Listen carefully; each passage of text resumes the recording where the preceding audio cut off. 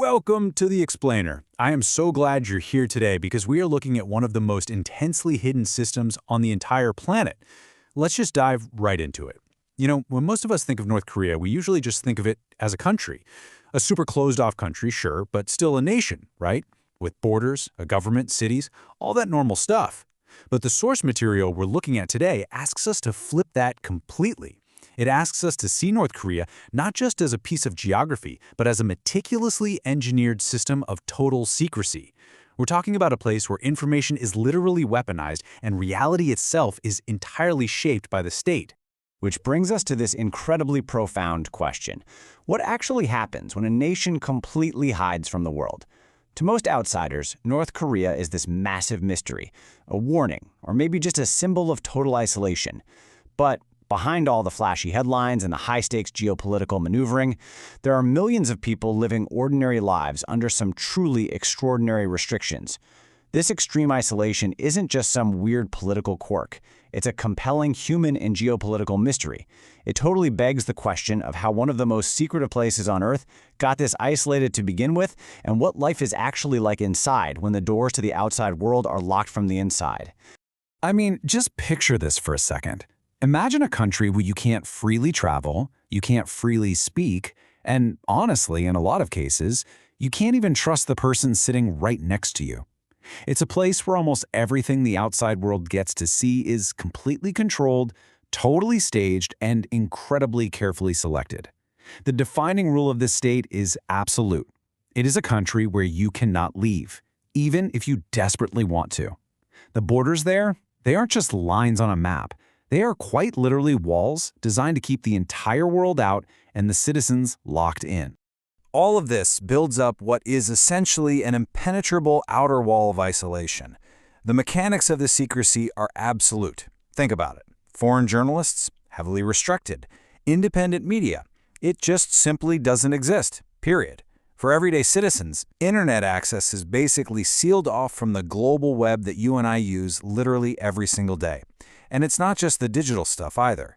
Physical travel, both inside the country and across its borders, is heavily controlled. Even just making contact with a foreigner is treated with immense suspicion. You can really start to feel the sheer claustrophobia of a society that is just entirely cut off from outside info. It's a total 100% informational blackout. But here is the really crucial point we need to understand. This secrecy, it is absolutely not an accident. The government didn't just accidentally stumble into this crazy level of isolation. No, it is a highly intentional blueprint. The state doesn't just want to govern the country, it wants to literally shape reality itself. And by deciding what people are allowed to know, what they're allowed to believe, and even what they're allowed to say, the government maintains this grip on power that is almost unfathomable to the rest of the world. So to really wrap our heads around this blueprint of secrecy, we kind of have to rewind and look at the history. For centuries, Korea was just one single nation. But in 1945, right after World War II, the peninsula was split into two zones. You had the Soviet Union in the north and the United States in the south. By 1948, separate governments formed, and that's when Kim Il-sung rose to power in the north. Fast forward to 1950, and the incredibly brutal Korean War breaks out. Millions displaced, whole cities completely destroyed. But here is the real kicker, the key detail. The war only ever ended in an armistice, not a peace treaty. So technically speaking, the war never actually ended. North Korea essentially grew up in a permanent state of fear and conflict, using that constant looming threat of foreign enemies to justify total state control. And that deep historical fear, it gave birth to what we can call the internal panopticon. Basically, North Korea is built on this political ideology that demands absolute, totally unquestioning loyalty to the ruling family. We're talking Kim Il-sung, Kim Jong-il, and now Kim Jong-un. The leadership is treated as something, well, almost sacred. From a super young age, citizens are just bombarded with constant propaganda. It's in the schools, the newspapers, the public ceremonies. The message is drilled in endlessly. The nation is under threat, the leader is wise, and obedience equals survival. That intense secrecy we've been talking about, its number one job is to protect this ideology. Because if people are taught from the day they are born that the outside world is hostile, well, even having basic curiosity becomes incredibly dangerous. All of this creates a massive, massive gap between illusion and reality. Officially, right, the state projects this image of absolute, flawless order. You've got the massive military parades, perfect unified crowds, and overwhelming state strength. But behind that incredibly polished facade lies the hidden, actual, lived reality. Researchers and defectors describe a life of intense scarcity. We're talking food shortages, super unreliable utilities like electricity and heating, and people having to heavily rely on informal, hidden black markets just to survive day to day. There's just this constant, exhausting disconnect between the shiny image the state projects and the gritty reality of daily survival. Now, to keep that harsh reality hidden away, the state relies on a very strict set of unspoken laws. Rule number 1, do not challenge the system, period. Foreign media, strictly forbidden. Just listening to an outside radio broadcast can bring severe punishment. Unauthorized travel is a huge offense. Every single communication is heavily monitored. But honestly, perhaps the most chilling unspoken law of the whole shebang is this: families are held responsible for individual actions. Think about that. In this system, the risk is never just personal. It spreads outward to your loved ones. This immense, crushing pressure forces citizens to internalize the fear. They learn to censor themselves, knowing exactly what not to say, and honestly, what not to even think out loud. I want to just let that sink in for a second. In an environment like this, information is power. Pure and simple. And the government hoards every last drop of it. Because when a government controls what you can read, what you can hear, and what you can see, they control the very parameters of what you can even imagine. They have an absolute ironclad grip on reality itself. But despite this iron grip, some people actually do attempt to break the narrative. And the harrowing escape that defectors go through, it is not like the flashy, dramatic scenes you might see in an action movie. It's a grueling, terrifying fight for basic human survival. First off, defectors have to navigate a freezing, heavily guarded border, usually crossing into China. Then, they're forced to put their absolute trust in hidden smugglers and these incredibly fragile underground networks where literally anyone could betray them at any moment. And even if they do manage to cross, that doesn't mean immediate freedom. Not at all. A lot of them have to endure years of fear, hiding, and deep instability before they ever reach true safety. The sheer physical toll of breaking out of the system is just monumental.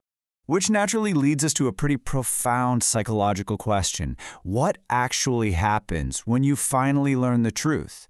I mean, imagine living your entire life inside one tightly controlled narrative, and then suddenly stepping out and realizing the world is completely, entirely different from what you were told.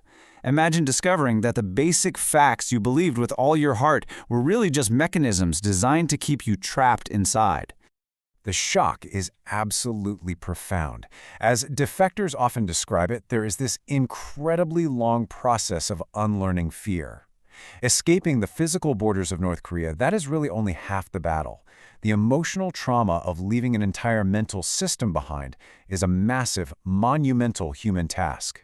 It's all about unlearning decades of intense self-censorship and deeply conditioned terror. So the true human cost of this escape really exists in a dual reality. On the physical side, defectors are facing hunger, extreme cold, perilous border crossings, and the heartbreaking pain of enduring family separation. But the psychological toll? That is just as heavy, if not heavier. They face the immense shock of navigating a much larger world, the crushing guilt of knowing that the family members they left behind might be severely punished, and that agonizing process of unlearning a tightly controlled mental narrative.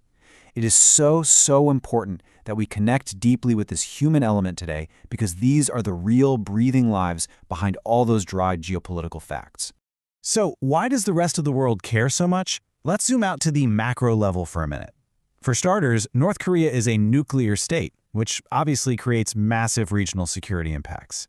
There's also a very long, highly documented history of geopolitical tension with neighboring countries. Plus, there are incredibly severe human rights concerns that draw global attention year after year. But ultimately, it is this total secrecy that makes diplomacy so unbelievably uncertain and difficult.